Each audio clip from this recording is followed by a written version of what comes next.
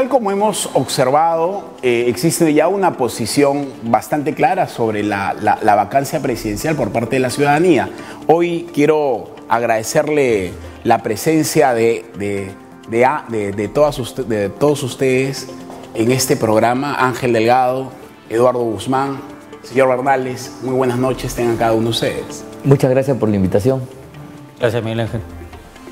Hay un tema que para nosotros es importante como país y ante una circunstancia de información que nos ha llegado de este conflicto permanente entre el poder ejecutivo y el poder legislativo, es el tema del adelanto de elecciones como reforma constitucional y este pronunciamiento de esta constitucionalidad referente al proceso de adelanto por parte de algunos constitucionalistas que son asesores del presidente de la República, como el doctor Landa Arroyo y el doctor Samuel Abad y otros constitucionalistas. Ángel, contigo. A ver. ¿Particularmente consideras que la propia figura de la reforma constitucional para adelanto de elecciones, indistintamente a que sea constitucional, puede darse para efectos de una cuestión de confianza si es que no se aprueba por parte del Congreso de la República? Primero, yo creo que hay que hablar con propiedad. No lo digo por ti, por cierto, sino lo digo por ese rum que corre por algunos medios con mucha facilidad. Y es que no estamos frente a una reforma de verdad. De cuando acá el adelanto de elecciones, que es una cosa de coyuntura específica, disque para salir de una crisis política, puede llamarse reforma. Que sigue el camino establecido para la reforma es otra cosa. O sea, aquí no estamos hablando de conceptos. Todavía, mira tú, el plantear el tema de la inmunidad parlamentaria podía ser a favor, tú podías argumentar tradiciones históricas, necesidad de proteger la labor de control que hacen los parlamentarios, o viceversa, decir que eso los protegía a ellos, los blindaba, qué sé yo. Pero adelantar elecciones, llamar a eso reforma, me parece un exceso de palabra. Y a partir de ahí desarrollar lo siguiente: lo que se plantea es una salida política, así lo han dicho quienes han defendido la tesis, y perfecto, como salida política puede ser. Yo he negado que es válida el planteamiento, a falta de imaginación del presidente de la República de otra salida, bueno, pero como cualquier salida política, es una invitación a que quien tiene la potestad de cambiar la Constitución haga. Esto es como, voy a poner un ejemplo para que nos entiendan los amigos que nos escuchan, es como un baile donde el caballero invita a bailar a la dama, un baile lo más estrambótico que ustedes puedan imaginarse, pero le invita. Si la dama acepta, perfecto, felices todos. Pero ¿qué sucede si la dama dice no? El caballero la va a obligar, va a ser cuestión de confianza, la va a botar de la fiesta, va a sancionarla para que baile la... Imposible, pues. Porque si el presidente tuviera la capacidad, como lo ha dicho alegremente, yo no negocio, entonces ¿para qué plantea que lo haga de frente? Pero cuando yo planteo a otra parte, es porque la otra parte tiene algo que ver en el asunto. Y si la otra parte no está de acuerdo, y querer hacer una cuestión de confianza, ahí respondo a la pregunta, para que se violente la Constitución, porque la Constitución dice periodos de 5 años y señala fechas para las elecciones, dice la Constitución, que yo violente la Constitución mediante una cuestión de confianza para que rompa el régimen constitucional, me parece realmente un despropósito absoluto y la verdad, ante el mundo, un golpe de Estado, en este caso con un mal disfraz.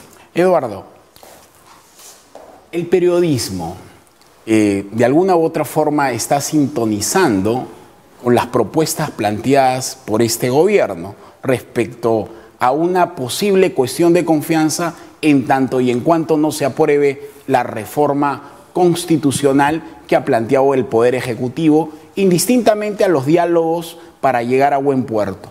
El periodismo, tú que eres un periodista muy reconocido en estos años, la democracia hoy se viene vulnerando a través de algunos medios de comunicación. Muy interesante lo que planteas, Miguel Ángel, y totalmente de acuerdo con la claridad además que ha expresado Ángel Delgado sobre el tema constitucional. Hay dos planos, yo creo que es de responsabilidad tremenda de los comunicadores. Hay un plano político en este debate y hay un plano de la ciudadanía en general. y que creo que nuevamente está demostrando el plano político estar desconectado de la ciudadanía. Tú has terminado tu presentación hablando del desastre que ha significado la muerte de bebés en el norte por la falta de incubadoras, La gente tiene preocupaciones muy claras y muy del día a día, que están alejadas de si es constitucional o no, de si el presidente busca la vacancia, de si la doctora o la congresista Rosa Bartra de la Comisión está en otro nivel y seguimos en esa desvinculación. Los periodistas debemos tener la responsabilidad de vincularlo, de hacer pisar tierra a los políticos y que no se electrocuten pisando tierra a los políticos. El 72% de la población, de acuerdo a la encuesta de Datum, no quiere la vacancia. Está en contra de la vacancia porque creo yo que da a entender que está en contra del salto al vacío. No quieren un salto al vacío. Claro. Desprecian a este Congreso como despreciaron a todos los congresos desde los 36 años que yo tengo como periodista. No ha habido un congreso que tenga, y siendo congresos muy respetables, con otro tipo de representantes, por Dios, de todas las bancadas, con gente realmente de un nivel espectacular, pero eran despreciados por la ciudadanía porque veían que había de una u otra forma un plano de la política y un plano de la población.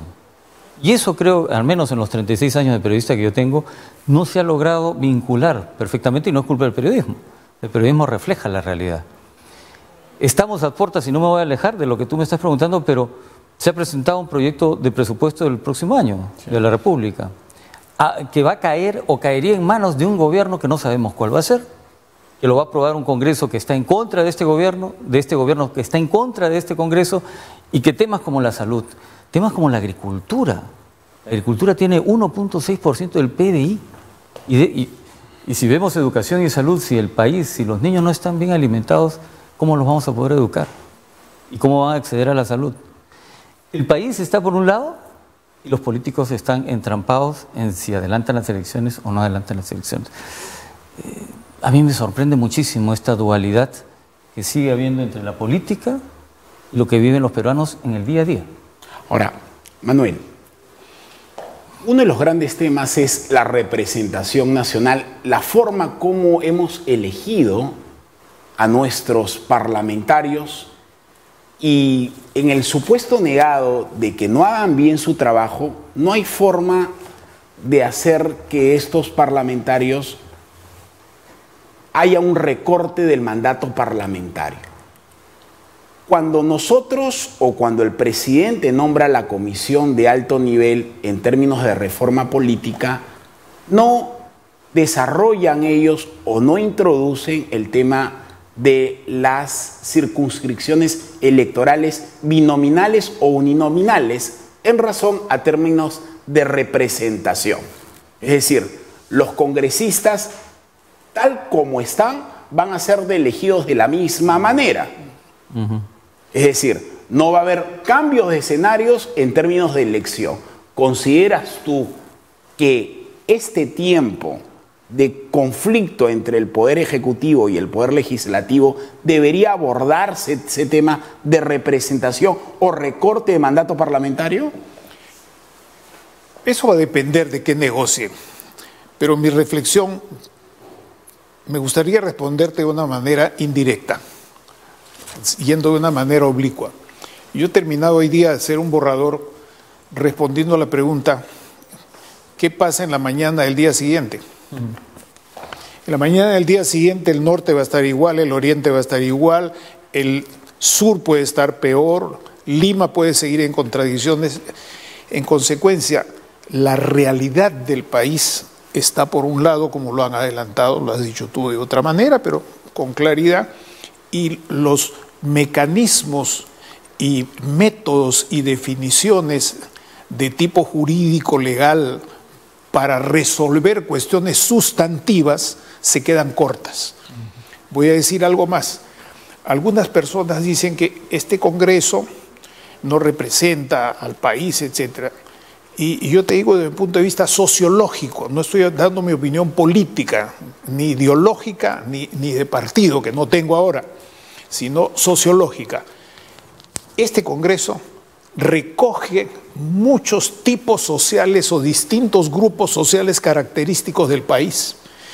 Y conversando con algunos analistas extranjeros que trabajan en Deutsche Welle y en otras cadenas del exterior, llegábamos más o menos a lo siguiente. Si estas características sociales del país no cambian mucho, poco se va a lograr con cambios institucionales que operan, perdonen la palabreja, en la superestructura.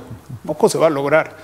Y es muy probable que de quienes están participando ahora, inclusive aquellos que están siendo puestos en la picota, por así decirlo, de parte de un sector de los grupos políticos y del Poder Ejecutivo, puedan dar más de una sorpresa, por la sencilla razón de que no han desaparecido las personas y los grupos sociales que votaron por ellos.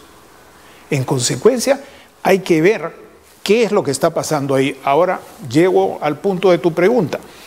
Una discusión de esa naturaleza, de ese tema, requiere no solamente el análisis frío de una comisión de alto nivel, sino de personas que, teniendo, digamos, las mismas cualificaciones que tienen ellos, en el supuesto de que todos las tienen, y vamos a aceptar que es un supuesto afirmativo, para no ofender a nadie, tendrían un requisito que allí no existe: la experiencia en lo que es la vida partidaria. Tú no puedes legislar sobre cirugía si no tienes experiencia en cirugía. No puedes legislar sobre vida política partidaria solamente con criterios académicos. Que por lo demás, como ha cambiado tanto el mundo, han cambiado los grandes enfoques teóricos, se han venido abajo, y hay otros enfoques teóricos que no terminan de consolidarse. Pero hoy hay una marcha. Sí. Una marcha ciudadana convocada por la ciudadanía que está en contra de este Parlamento y este Congreso, y no me quepa la menor duda que el Congreso de la República hoy tiene, en términos de aceptación, un 8%, indistintamente a que podamos querer protegerlos en términos democráticos, pero ellos se han ganado a pulso. Han hecho su descrédito. Han hecho suficientes deméritos, y se lo dije el otro día al hijo de Carlos Torres. Razón por la cual, Ángel, Sí. ciertamente la democracia es el bastión de los tres poderes del Estado, pero el Congreso, como está en estos momentos, la ciudadanía no se siente representado. ¿Cómo ir evaluando el tema de adelanto de elecciones como una real percepción frente a un problema real, que es la falta de representación? No se siente representado, lo decimos nosotros, a pesar que votaron por ellos libremente en los últimos comicios del año 16, hace 3 años y medio, y a pesar de lo que dice Manolo muy bien, que sociológicamente es una fotografía directa de lo que sucede en el país. O sea, esos representantes son no porque los impuso nadie, sino porque la gente deliberadamente concurrió a la urna, marcó una aspa y marcó un número determinado. No, está bien. No, pero es que esa legitimidad de origen creo que es importante, porque a veces se olvida. Alguien cree que llegaron del cielo como marcianos, no es así. Entonces, eso es verdad y eso es un tema cierto. Ahora bien, pero ojo, Ángel, si tú eliges a alguien y este alguien no te cumple en un tiempo determinado cosas por las cuales tú elegiste, pero tú tienes toda la legitimidad de cambiar las reglas de juego respecto a su elección. Y ese es el tema del cual no se ha tocado en términos de representación. Tienes razón, pero mira tú, en la elección parlamentaria, a diferencia del presidente, en el cual votan todos, ¿no? Y el uno representa a la totalidad, a nivel parlamentario uno vota por su parlamentario. Los parlamentarios, los congresistas son como nuestros representantes, nuestros abogados que van a defender. Yo, por ejemplo, me puedo sentir contento con la gente que yo voté porque hace una performance, defiende las cosas que yo creo. De ese punto de vista, cada uno votó y finalmente en el Parlamento la clave es que estén representados todos los puntos de vista y visiones que existen, es así. Y segundo, recordar, y esto también hay que decirlo porque aquí se confunde, el gobierno está concentrado en el Ejecutivo porque el Parlamento no hace obras, ¿correcto? No presta servicios, ni siquiera autoriza licencias y autorizaciones. En consecuencia, la labor parlamentaria es incomprendida por un enorme sector de la población, al cual ustedes han hecho alusión, y no entienden que el Parlamento es un mecanismo de control de la acción gubernativa que le corresponde fundamentalmente al Ejecutivo y al Presidente de la República. Eduardo, tú. Eso es. Sí. ahí hay dos puntos, me parece. Si bien tiene calidad de origen, o como se llama este Congreso, porque fue votado y representa supuestamente... Tiene legitimidad democrática. Legitimidad democrática. Sin embargo, los 73 congresistas que Fuerza Popular puso en el Congreso no representaban la cantidad, el porcentaje de los peruanos que votaron por la Fuerza Popular, por el Grupo Fuerza Popular. Y ese es el gran problema que podríamos tener si es que adelantamos elecciones, como se pretende, y no se cambian esas reglas de juego. ¿Qué pasaría? Pero esas reglas ni siquiera el gobierno, ni la comisión del señor Tuesta lo ha mencionado. Ese tema no existe. Podría ser un tema interesante para discutirlo. Porque el próximo, perdón, esas reglas son las reglas que ha permitido a este y los anteriores gobiernos. Se refiere a la cifra repartidora. Se llama cifra repartidora, efectivamente. El presidente Kuczynski llegó al gobierno con 18 congresistas. No iba a poder gobernar con 18 congresistas. Se sabía desde la primera vuelta, luego del resultado de la primera vuelta, que con 18 congresistas no iba a poder gobernar. Ustedes conocen muy bien la historia, Bustamante Rivero, Fernando Belaúnde, en fin. Nadie, ningún elegido ha podido gobernar con un Congreso en contra. Permíteme, con una pequeña diferencia, que la materia sustantiva de la propuesta económica prácticamente no había diferencia ninguna entre lo que propuso el fujimorismo a través de, ¿cómo se llama el economista?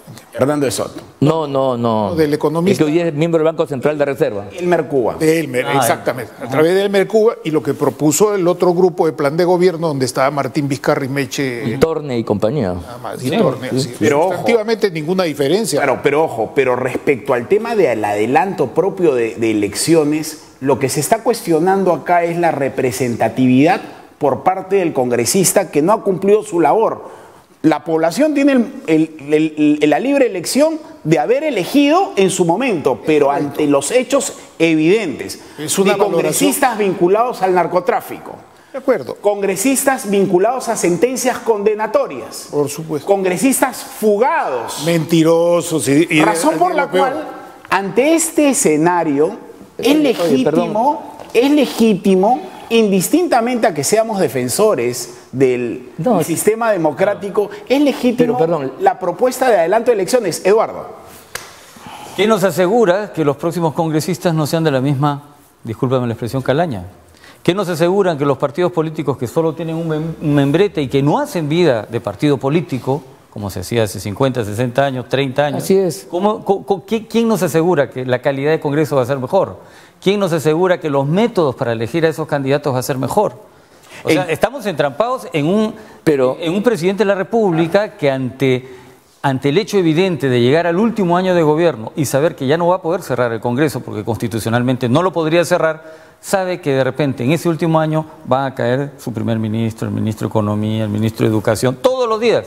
Y no lo van a dejar gobernar. ¿Qué cosa es lo que creo que el presidente Vizcarra ha entendido? Ha dicho, bueno, yo no puedo llegar más allá de julio 2020, porque a partir de julio 2020 esto es una guerra total.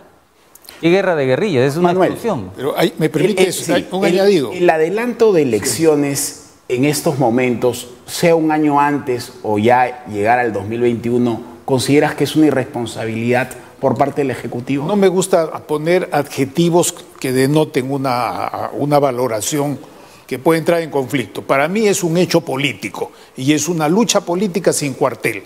Y en esta lucha política hay que tener en cuenta otra cosa. Yo he estado en Piura, y lo digo como testimonio, no como conclusión absoluta, como un testimonio de ciudadano y de politólogo. He estado en Piura, he estado en Arequipa y en varios lugares del país, por la información diaria que tengo, que continúo con mis contactos desde que regresé al Perú, la gente tampoco quiere al Ejecutivo, la gente está en otra. Tienen otra agenda, tienen una agenda antiminera o prominera, tienen una agenda que esté en favor del contrabando, no está en favor del contrabando, que quieren la agricultura, que no quieren. Están en otra cosa, hermano. Yo quisiera. Y esa gente que está representada en el Congreso tampoco está representada en el Congreso. Sienten que el Ejecutivo está representado, no le hacen conflicto. Así es. Hay un divorcio. Eso es importante, entre la superestructura, perdonen el terminajo, pero para hablar precisamente, la estructura oficial, como decía el Gordo Piz, la escena oficial del Estado y la sociedad que anda por otro lado. Una pregunta, 30 segundos cada uno. ¿Adelanto de elecciones o vacancia presidencial, Ángel? No, pues ni uno ni otro. Mira, nosotros creemos de que esta es una crisis que que es grotesca en relación a su análoga del año 2000. En el año 2000 decía en el intermedio de que por lo menos habíamos dos fuerzas políticas que, primero, había una dictadura a nuestro juicio y había que avanzar hacia una democracia. Y ahí había que tener medidas de excepción extraconstitucionales. Más, la cuestión estaba entre paréntesis. En segundo lugar, había un grupo de gente que, de buena fe o no, creía de que para derrotar al terrorismo, para combatir la superinflación, para reinsertar el país en la economía mundial, teníamos un régimen autocrático, una dictadura. Y otros no, decíamos que eso era perverso, qué sé yo. Pero había idearios. En esta oportunidad, como Manolo nos ha recordado, la mayoría de los políticos tienen el mismo pensamiento sobre el desarrollo del país. Aquí no hay una lucha entre los que quieren poner más impuestos y los que quieren estatizar la economía o privatizar la otra. No hay nada de eso. Entonces tiene mucho de artificial. Y esa artificialidad es lo que yo creo que se está escondiendo con argumentos. Tú hablas de personas que son incompetentes y no han hecho su tarea. Y si yo miro a la gente del Ejecutivo, mira tú, el parlamentario no hizo su tarea, finalmente el impacto es mínimo.